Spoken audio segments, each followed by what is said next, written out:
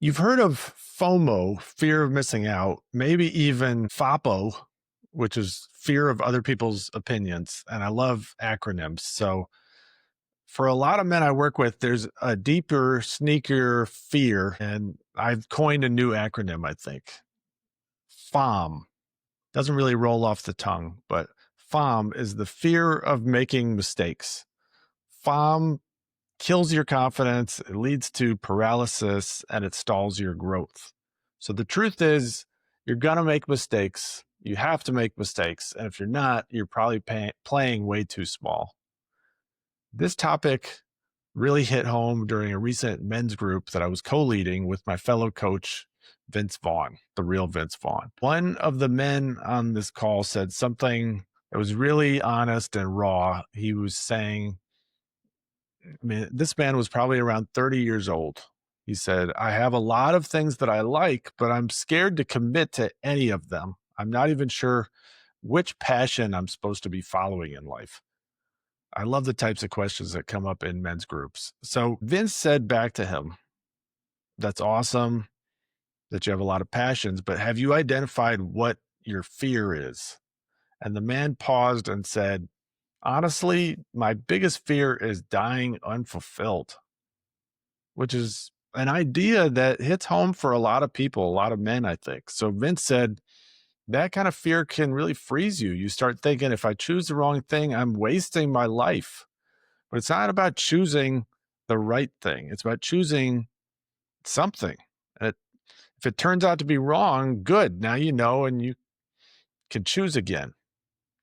I love what came next. Vince quoted the classic rocker Ted Nugent, none other than the Nuge himself.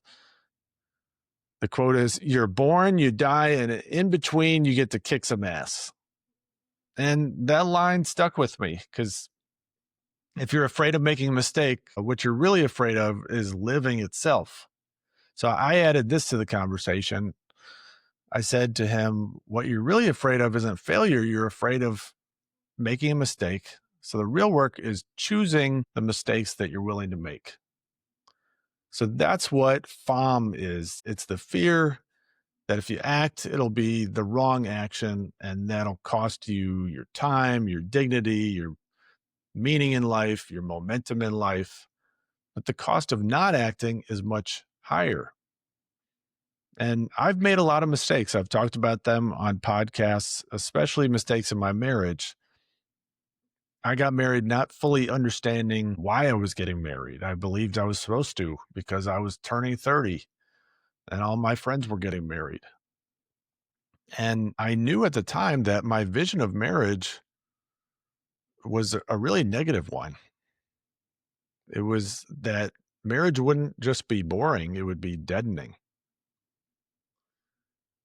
So yeah, you can imagine not a good recipe for a marriage. Some other mistakes I made, I was indecisive. I bent over backwards to accommodate my wife or appease her. I avoided conflict. I didn't show up as a leader. I didn't know how to manage money. I didn't know how to manage my own neediness or create attraction with my wife. And these are the things that cost me the marriage. But they also taught me so many important things. And I know I'm not alone here. And to go back to Vince, on a recent podcast, I interviewed him, and he's been through 2 divorces. And when I asked what he learned, he didn't flinch. He told me something interesting. He equated beauty with greatness. This is how he thought about women. And he chose women who made him feel admired rather than women who made him feel safe or seen or challenged to be a better man. And he lived for that kind of approval and admiration from women. And he hid behind shame and 900 numbers and escorts and compulsive spending, all while chasing validation and approval. So like me, he didn't know how to lead, and instead he just focused on being nice. And when his marriage failed, he blamed his own inadequacy. So a lot of mistakes, but here's the difference. Vince didn't hide from those mistakes. He owned them. He said, "This was the best school that I ever attended." So what a great mantra. And this is what happens when a man turns his pain into meaning, into purpose, when a man stops running from his mistakes and starts mining them for gold. So mistakes are not proof that you're broken. They're proof that you're just trying, that you're alive, that you're learning. When you label something a mistake, you're actually saying, I had agency. I made a choice, which is very powerful, because when it's your mistake, it means you can grow from it. You can evolve. And neuroscience even backs this up, that your brain grows, it learns through something called prediction errors. So this is like when you're shooting a basket and you don't hit the rim and you have to make little adjustments. This is how we learn, is through making mistakes. This is how we change. So why are you still so afraid of making mistakes? Because you probably don't have a system for learning from mistakes. You don't reflect. You don't journal. You don't track your decisions. You don't track your progress. You don't get feedback from trusted people, and you don't know how to turn a failure into a positive story. So when you make a mistake, all you do is feel shame and beat yourself up.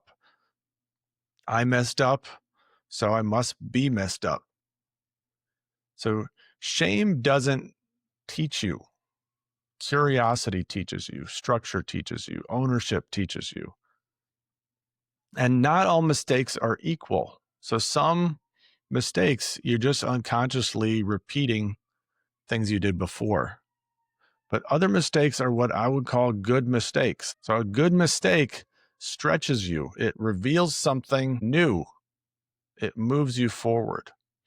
So ask yourself, like, if I'm dating someone, if I'm dating a woman and it doesn't work out, what might I learn from this? If I start this business and fail, how might I grow? If I take this risk and it blows up, what is it going to teach me about being courageous?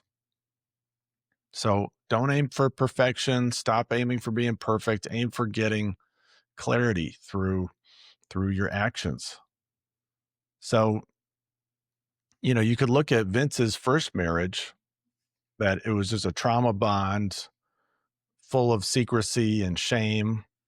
And you could look at his second marriage, it was like textbook, nice guy over accommodation. But both marriages were his teachers because he owned them and he did the work. And I used to think about my marriage as my biggest mistake. It took up a whole quarter of my life. But now I see it as my wake-up call, my catalyst for growth. It's really my triumph. So mistakes don't define you. The meaning you make from them defines you. It's a message you've probably heard before, but do you have a system for learning from your mistakes? So here's what I want you to do. I want you to journal tonight. What's the mistake that you're most ashamed of or afraid to make? Remember, writing is crucial for meaning making, because you get the thoughts out of your head. And when you can see your thoughts, you can shape them.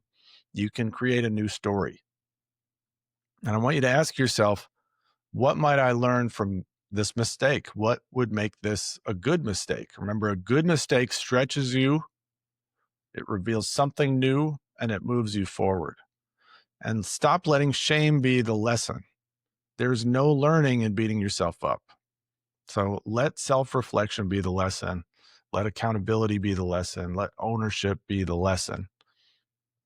You weren't put here to play safe. You weren't put here to beat yourself up. You were put here to play big. And playing big means messing up. So if you want to grow, don't avoid mistakes. Choose them wisely and make better ones. And if you like this episode, check out the episode on closure I did recently. And check out my interview with Coach Vince. And I'll see you on the next episode.